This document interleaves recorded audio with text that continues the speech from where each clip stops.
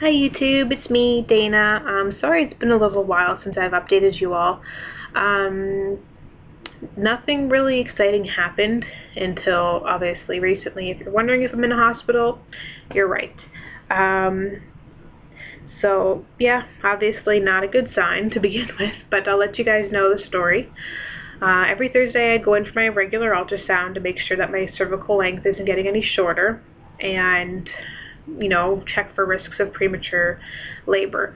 As my last video, my cervical length was 1.7, and 2 days, I believe, before Christmas, it did go down to 1.3. Still a concern, but it wasn't that big of a deal since my cervical length stayed at 1.7 for so long. They did let me go home after being admitted to the hospital for the night. No contractions, no cramping, no bleeding, leaking, anything like that. So I did get to go home. Still the same rules, bed rest, stay off my feet, that kind of thing. And everything seemed fine. I went for another ultrasound, 1.3, and I believe there was two after that incident, and everything was stable still. Now this last Thursday that passed, I did go in for my ultrasound, and deep down inside I kind of had an idea that something was going to go wrong. There was going to be an even shorter length or something like that. And basically what my doctor was talking about was if it did get any shorter than 1.3, that I would have to be admitted to the hospital. So, if it went down by even a millimeter, I was going to be looking at that. So it was kind of nerve-wracking, and I just had the feeling. So I went in for the ultrasound, and usually if it is the same, they don't tell me because the technicians aren't allowed to tell you anything here. And they don't tell me, but if everything stays the same, they just send me home. If things are worse, they don't tell me, they go send me to the doctor. Well, everything was finished. They checked the babies, made sure everything was okay, then they checked my cervix, and I was having some sharp pains down in my abdomen, so they checked for kidney stones since I did have that at the beginning of the pregnancy. I didn't know any of the results, so being told to go down to my OB, I was like, oh great. I had to prepare myself that I was going to be at the hospital. So I went down to my OB, and they sent me in, and I seen my nurse at the beginning. She checked my weight, blood pressure, and I noticed that she didn't tell me anything. And I noticed that it was pretty weird because usually she would tell me that kind of stuff if I asked her. And she didn't really say anything. I didn't want to ask her, but she's just like, oh, I noticed your cervical length's pretty short. Doctor wants to see you. So I waited, which felt like forever, for the doctor to come in. And the midwife comes in, who is training, and she says, oh, well, it looks like your cervical length is 5 millimeters. That's not good. That's pretty much means that you have no cervix left and you're effaced, pretty much.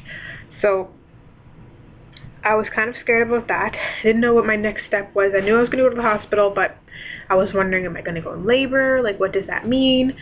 And, well, in order to get all that answers, I had to wait for my actual doctor to come in.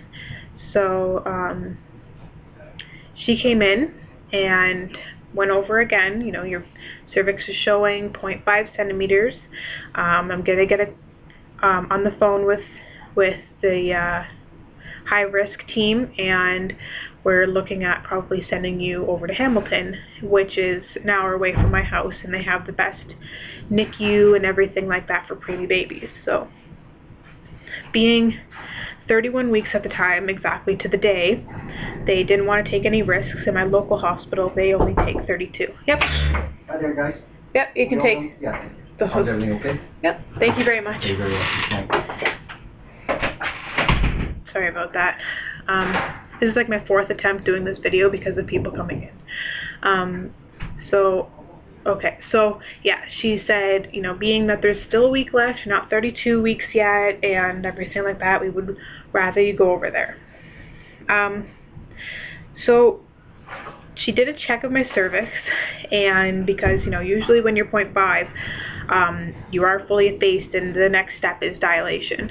So she's sitting there, and I'm laying there, and she's got a really funny face on, and she's checking and checking, and I'm like, oh no. And it took her a little longer, and I'm like, oh great, she's going to tell me I'm a centimeter dilated, or, you know, something like that, or it's soft, or it's closed, but it's going to open. I don't know.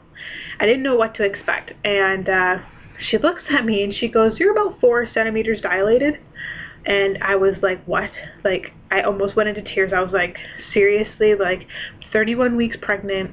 I've been on bed rest for how long? I've had to deal with the shortened cervix and everything like that. And then all of a sudden I'm told I'm 4 centimeters dilated and fully effaced. Great. So they sent me over to my local hospital, which was just across the street.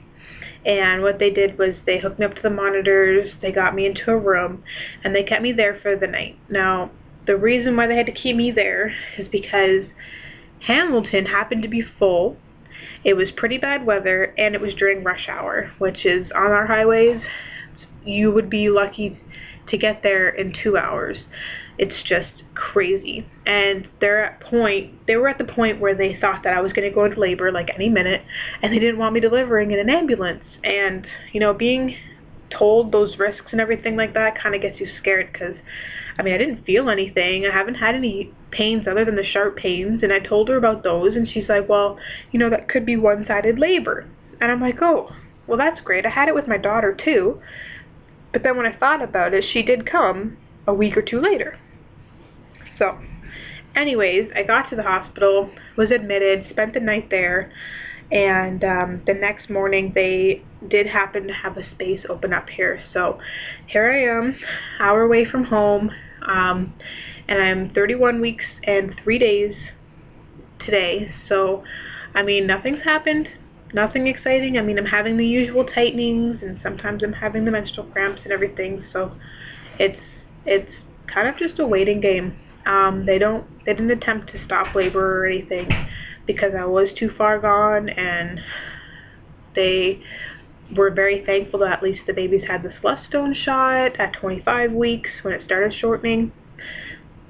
So basically at this point I sit here and I wait to go into labor. The parents did come down. I immediately called them first as soon as I got off the table after checking me, and told her that I was 4 centimeters dilated and that she needed to come. And so they made it. It was a 6-hour plus drive for them, and it happened to be the worst weather out there for them that day, so it did take them quite a while. But they did get there that night, and they are staying pretty close to me, and yeah, we're all just kind of waiting. Thankfully, the babies are at least more of a gestation than 25 weeks I was before, or 28 weeks or something like that, and it's just a really good sign right there, and we're pretty happy about that alone. So that's my update for you guys. Hopefully they stay in a little bit longer, at least to 32, and they say as long as, if I can get to 32, they're going to send me home back to my local hospital, and I can sit it out there and wait, which is only 5 minutes from home. And I mean, to me, that's a lot easier than being an hour. Plus, if the babies do end up in the NICU, I can pump for them and the parents for a little while, and, you know, drop it off every day, whereas it's easier to drive 5 minutes than an hour. So, yep, that's my update for you all. I have an ultrasound tomorrow, and we're just going to see, you know, where the babies are at growth-wise. Last appointment, they were 3 pounds, 7 ounces approximately each, which was great, and that was, I think it was 2 weeks ago. So yeah, this is going to be the next one, and hopefully they got some good weight on them. But thank you everybody for your thoughts and everything on my last video, and yeah, who knows, my next update could be that they're here. So yep, pray for me guys, and cross your fingers that everything goes good and they stay in as long as possible. Alright, bye.